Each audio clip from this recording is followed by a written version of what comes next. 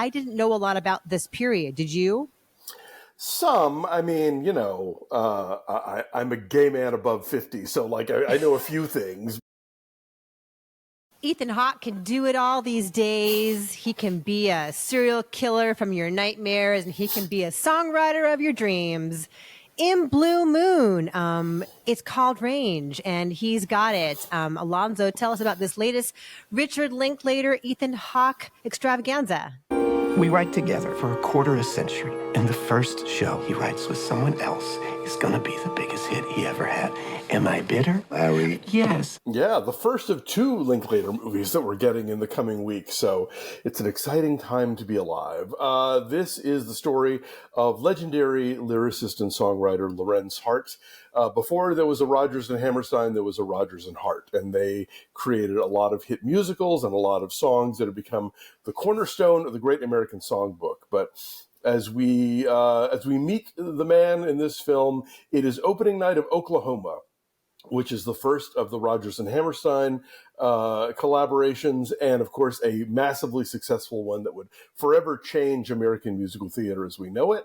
And the entire film is set inside of Sardi's, where Hart is waiting for the triumphant Oklahoma party to come over to celebrate their opening night so that he can talk to Rodgers about possibly working together again. It's about him sort of dealing with professional setbacks and regrets. It's about his pursuit of a young woman played by Margaret Qualley, despite the fact that he's gay.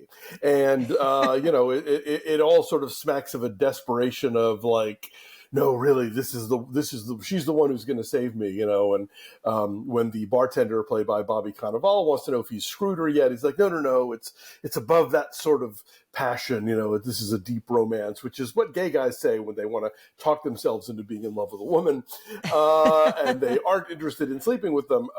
It's an incredible character portrait, and obviously a tour de force opportunity for Hawke, who is pretty much on screen the entire time, playing a short guy with a comb over. But he is well matched by Cannavale, by Qualley, by Andrew Scott as Richard Rodgers, and so it is a film about a brilliant man who has great facility with the language, but whose life is falling apart, and who is trying to paper over the fact that his life is falling apart with bon mot and witticisms. And for a film that is set entirely inside of a bar, and restaurant, the camera work is very fluid. It never feels stagey. It never feels like you're watching a filmed play. Linklater's working again with his longtime editor, Sandra Adair. And so the movie has a great flow to it. It's very crisp. The period details ring true. It's real talky, but that's what Hawke and Linklater often give us. So it's there's no Julie Delpy, but beyond that, this is right in their wheelhouse. So yeah, I really enjoyed this movie. Yeah, I found it totally charming, and it's such a tricky kind of high wire act for Ethan Hawke because it is so, as you say, so densely verbal, and he's got to be so clever all the time, and the energy is like up here for so much of it, and he's got to create this character who is adorable and annoying as hell all at the same time because he's so charming and he's so clever and yet also so like self-deprecating. Like there's a lot of like self-loathing and doubt going on beneath the surface there. And you could either think like, okay, this guy's a lot, or you're going to want to spend a lot of time in his presence. And so he finds all of that shading. You can see how he's this brilliant wordsmith and just in his daily life. I mean, it's there's a joy to it. You can see like he's really pleased with himself when he's like in the middle of creating some kind of very clever turn of phrase here. But then he can be really needy. He can be really bitchy, and he can be a lot to handle. But everybody in this setting seems to know how to bounce off of him. Margaret Qualley as the object of his desire, is so idealized as a woman half his age who is brilliant. And those scenes really crackle also with Bobby Cannavale as the bartender who has seen him through a lot of highs and lows, quite obviously, and has stuck by him. I think if you know some of the creative stuff that was going on in this world at this time. There are some very amusing little tidbits that get dropped along the way. You don't have to know that. Like, it's not alienating if you don't, but if you do, it's a lot of fun. I'm so curious as to how they shot this, because Lorenz Hart was like 5 feet tall. And Margaret Qualley is like very, very statuesque. Yeah. And I don't know, is it like digital trickery? Is he sitting on a lower stool at the bar? I feel like the costume design goes a long way to make him seem small, because it's almost like he's in this suit. yeah, like he's like a little boy, like playing like grown up in his dad's jacket. Like, it's too big for him. So I'm wondering, like, do you know how they shot this? I don't. I mean, my mind always goes back to, remember when they did that Orphan sequel? With Isabel Furman, the prequel or whatever, and there was a picture they took from the set where all of the people playing her parents and her brother were all wearing like these platform shoes. Yeah. So basically, like off camera you couldn't tell, but in the frame, like she's much shorter than the rest of them. So I'm sure it could be something as analog as that, or they had a little hole in the set for him to stand in. I don't know. He's sitting down a lot.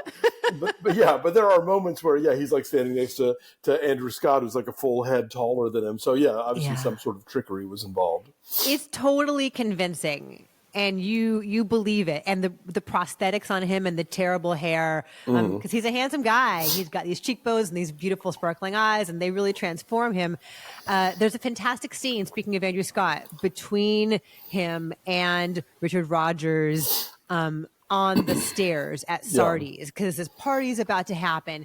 And Lorenz Hart he's there, but he's not of it. He's not in it. And so he's always kind of on the periphery and trying to, get FaceTime and trying to insinuate himself. But there's this fantastic scene on the stairs where, like, that whole relationship, you see all the shadings of it just in this one conversation, as far as they've clearly got a connection and a lot of respect for each other and a lot of years and a lot of love and a lot of really fantastic creative output. But there are resentments and there are letdowns, and just it all happens very efficiently. It's a great piece of writing. It's a great piece of acting. Yeah, especially with Andrew Scott, you sort of see the kind of waves of like, you are somebody who means so much to me. I wouldn't be where I am without you. We've worked together so well. But then also like oh God, you're an addict. And so dealing with you has been really complicated. And I need to press on with my life and work with somebody who is willing to keep my hours, and you're right. All of that stuff is going through both of them. And it's really, it's a beautiful moment. Yeah, it's a great piece of acting all around. It's a very, very showy role for Ethan Hawke, and he can pretty much do everything, but I've never seen him do this. So that was very exciting. And, as you say, they use the space really well, like up and down the stairs, in and out of the bar, through different rooms. Yeah, like it moves really well. It never feels like you're stuck in one place watching people talk at each other. So, I enjoyed this a lot. I didn't know a lot about this period. Did you? Some. I mean, I'm a gay man above 50, so like I know a few things. But if you're like a musical theater fanatic, like this is catnip for you. So you'll really enjoy this film. But I think, as you were saying, like even if you don't necessarily know like who some of the walk-ons and Easter eggs are, it's still entertaining. Yeah, great. Well, what's your number then on Blue Moon? I get 8.8. I think it's really terrific. I will say an 8. I enjoyed it a lot. So Blue Moon came out last weekend in limited release and is going wider, and I think will for sure be in the awards conversation for Ethan Hawke, if nothing else. So keep an eye out for it.